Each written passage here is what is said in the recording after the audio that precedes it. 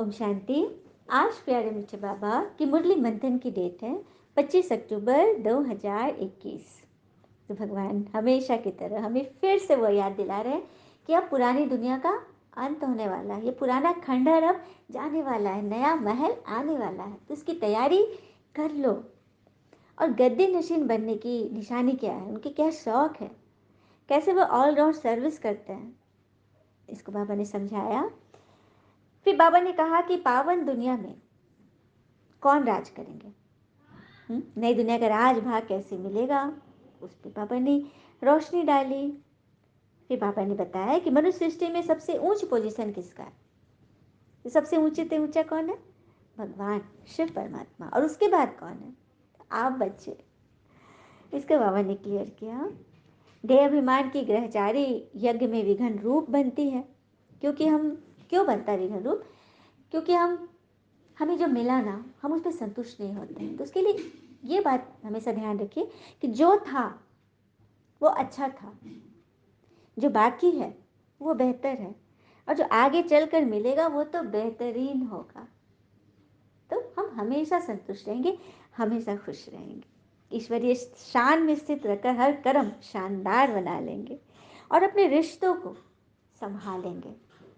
रिश्तों को संभाल लेंगे, क्योंकि कहते हैं ना, रिश्तों की कद्र करनी हो तो वक्त रहते पर कर ले, वरना बाद में सूखे पेड़ को पानी देकर हरियाली की उम्मीद करना बेकार है। इसलिए जो बात है उसको खत्म करो ना यार, है ना।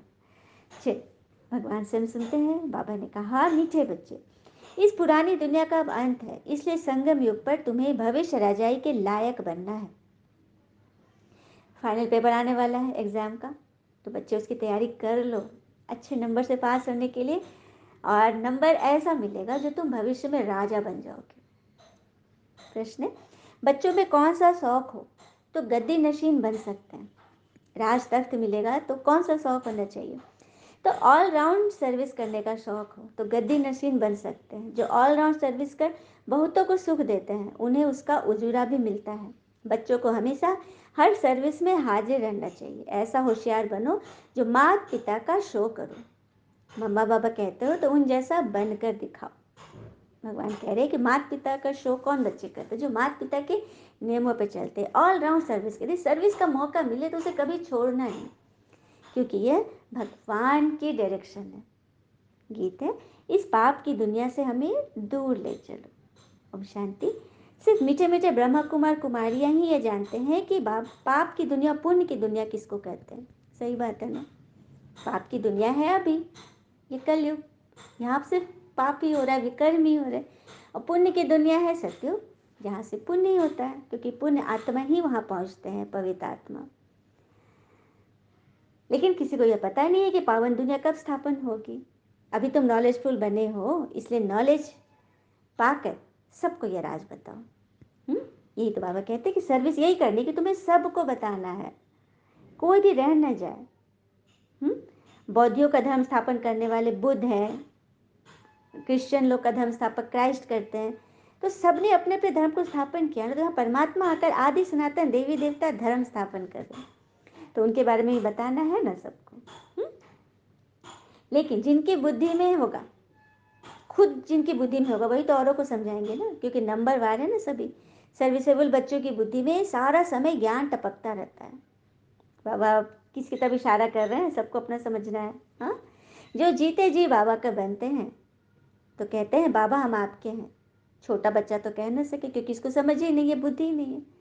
जब आप बड़े हो, इतनी समझ आ गई है कि जीते जी भगवान ने हमें चुन लिया, भगवान के प्यारे हो गए, तो दिन प्रतिदिन आपकी समझानी विस्तार को पाती रहती है। आप जितने समझदार बनोगे ना, वो विस्तृत होता जाएगा, बढ़ते जाएगा। कि बाबा कह रहे कि तुम्हारी तो गारंटी है ना कि बाबा हम आपके बनेंगे तो हमारा और कोई से ममत्व नहीं रहेगा। हम आपकी मत पर चलेंगे। ममत्व अर्थात लोभ मोह अहंकार किसी से भी नहीं रहेगा, सिर्फ अपने आप को पहचानेंगे।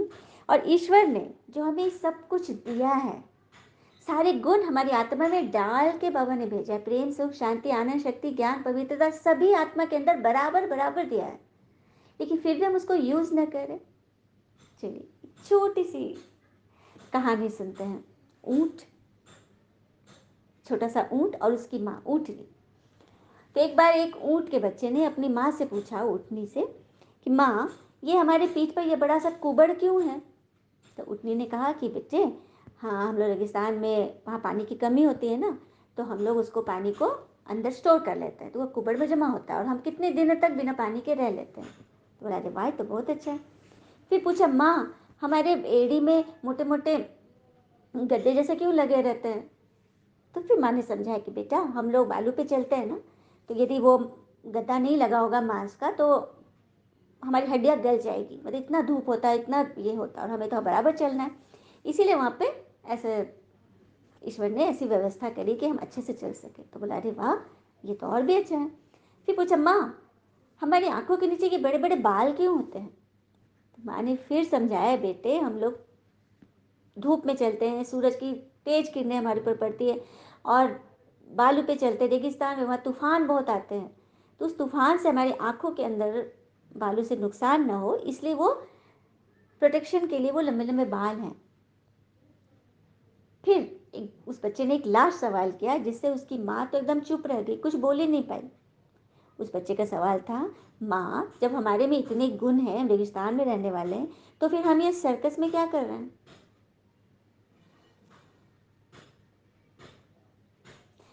माँ क्या बोलती? कुछ नहीं, क्योंकि वो लोग दोनों सर्कस में बंधे हुए थे, नुमाइश के बने हुए थे। तो हमें क्या बनना है? सर्कस का नुमाइशी बनना है, या फिर प्रकृति का जो चीज़ है जो हमें मिली है उसको यूज़ करना है? हुँ?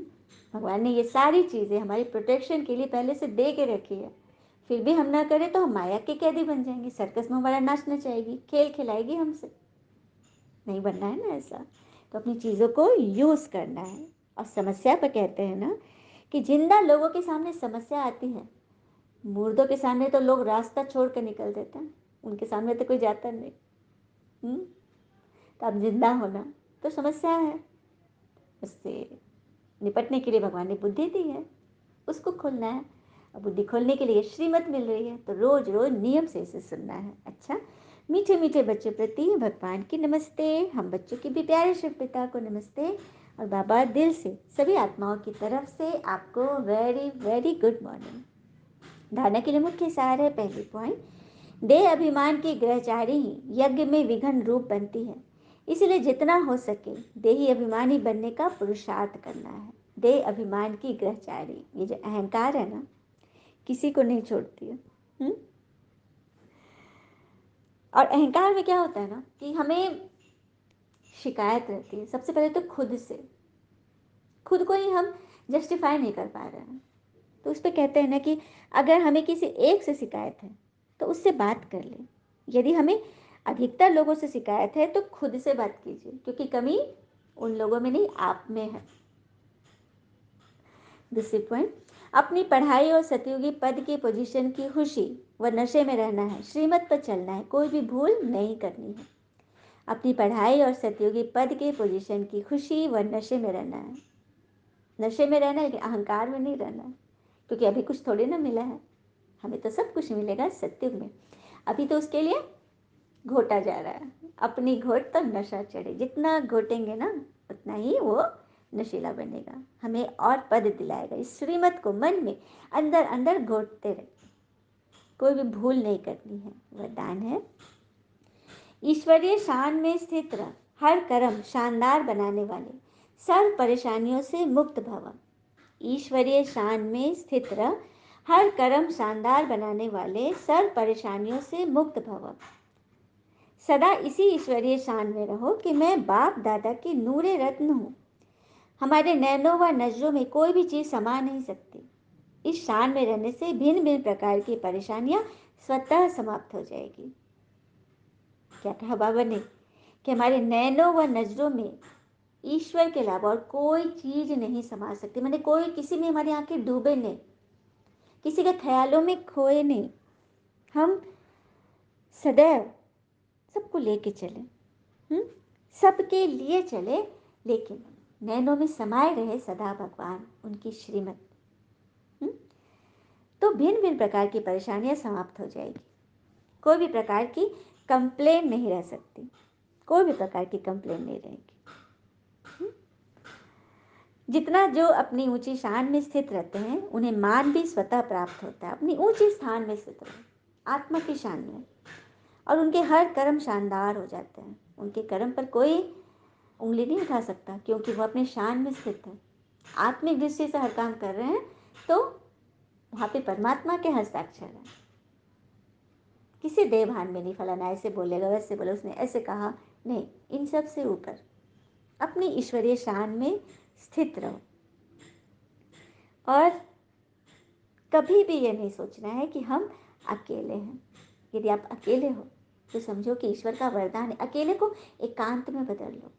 एकांत का अर्थ है एक की याद में अंत कर देना, समा जाना, उनके नियमों पे चलना। स्लोगन: ट्रस्टी वह है जो अपना सब कुछ पिता हवाले कर दे। ट्रस्टी किसके इशारे पे काम करता है? अपने मैनेजर के, बॉस के। तो हमारे बॉस है बिग बॉस, भगवान।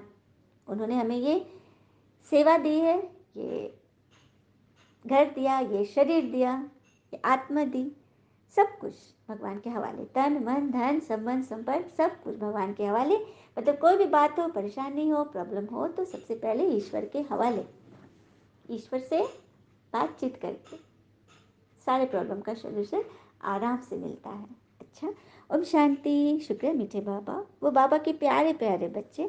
थैंक यू बाबा। All is well always. ओम शांति।